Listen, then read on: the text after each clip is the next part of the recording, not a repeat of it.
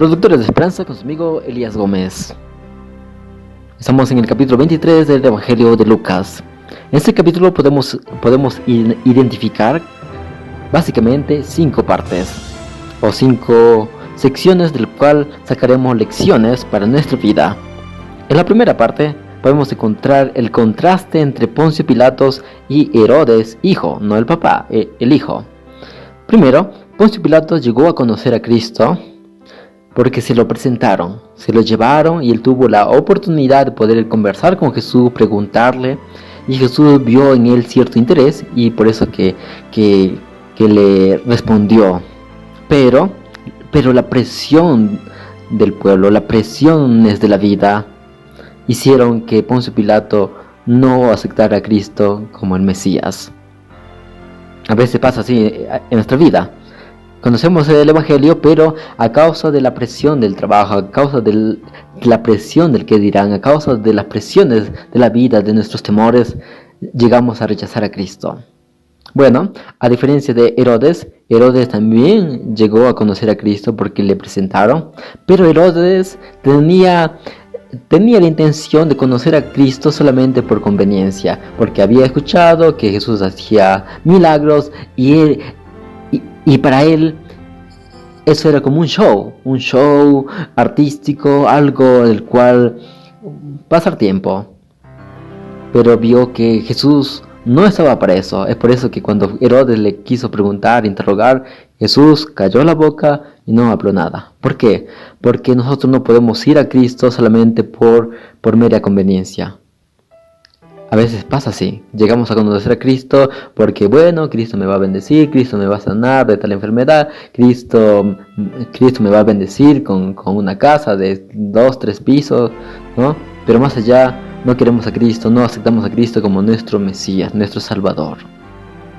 Bueno, luego la segunda sección lo encontramos en el versículo 26 al 38, cuando Jesús ve que las mujeres le siguen a él, diciéndole: Jesús, maestro, ¿por qué te tienen que crucificar? Y lloraban ante él, pero Jesús les dice: hija de Jerusalén, no lloréis por mí, llorad por vosotras y por vuestros hijos, porque vendrán días en que dirán: dichosas las estériles, las entrañas que no concibieron y los pechos que no criaron.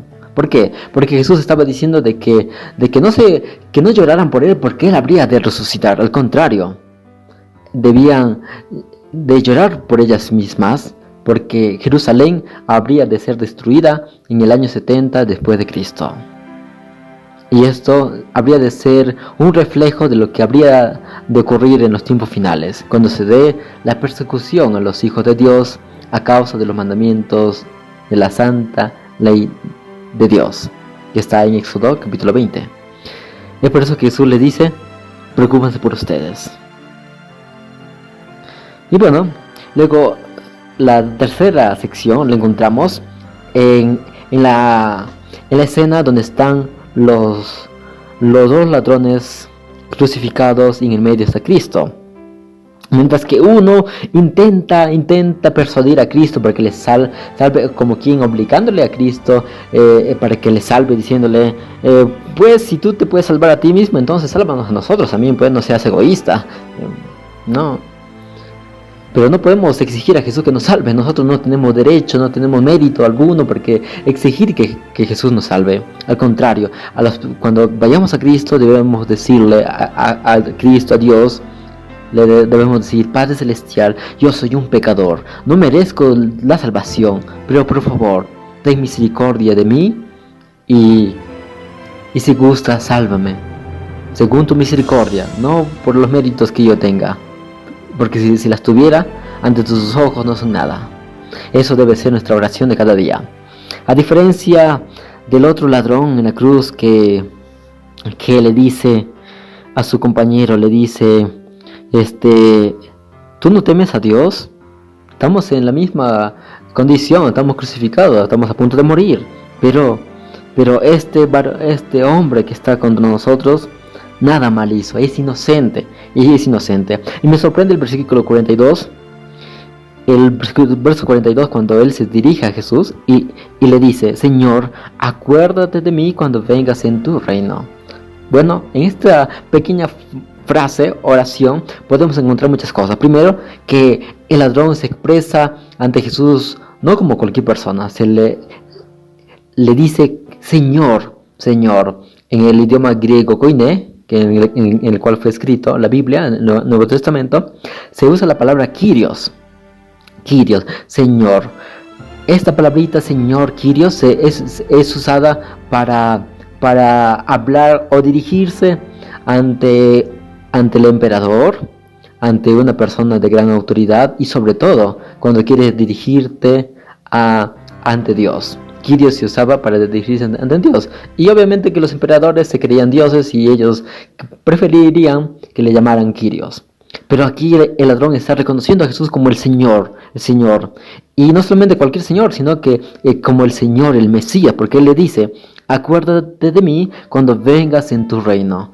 El ladrón en la cruz posiblemente haya escuchado muchos sermones de Jesús, hacía sus fechorías, pero por otro lado escuchaba las enseñanzas de Jesús, y ese mensaje del reino de los cielos se le había quedado grabado, había entendido el mensaje, y ahora le decía a Jesús, Señor, acuérdate de mí. Él no le estaba obligando, le estaba diciendo, acuérdate, ten compasión, acuérdate por favor, si tú gustas, acuérdate de mí cuando vengas en tu reino.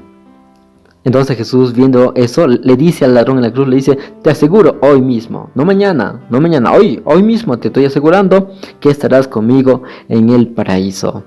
Porque las promesas de Dios no son para mañana. Las promesas de Dios para nuestra vida es para hoy día, para ahora. Hoy es el día de salvación. Hoy es el día de consagrar y aceptar nuestra vida a Cristo. Porque el futuro es incierto. No sabemos si mañana quizás nos morimos y perdamos nuestra salvación de forma definitiva. El otro tema que podemos ver es en el versículo 44 al 49, que habla acerca de que cuando Cristo murió, cuando Cristo expiró, ocurrieron muchas cosas. Primero, que hubo un eclipse de 3 horas. ¿Qué más? Que el velo del templo se rasgó. Por lo tanto, aquí se evidencia de que Jesús era o es el Mesías. Es el Mesías. La gente que estaba ahí se arrepintieron, dijeron, en verdad este era el Hijo de Dios, en verdad este hombre era justo, era inocente, en verdad. Pero quiero resaltar que dice que el velo del templo se rasgó por la mitad. ¿Por qué? Porque en el templo se sacrificaba el cordero para la expiación por los pecados. Pero ahora que Cristo moría en la cruz, ya no era necesario hacer muertes de corderitos para expiar pecados, porque Jesús es el cordero inmolado que a través de su sangre habría de ser expiada toda la humanidad. Bueno, y luego en el versículo 50 en adelante se habla de la quinta lección, o de la quinta sección, en que había un hombre llamado José.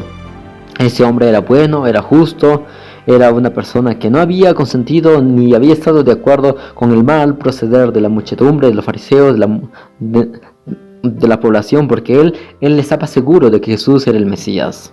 Estaba seguro de que el reino de Dios habría de pronto llegar. Y José, en un acto de consideración, él ofrece una tumba para Jesús. Es muy curioso porque Jesús había muerto en la cruz en lugar de nosotros, en lugar de José.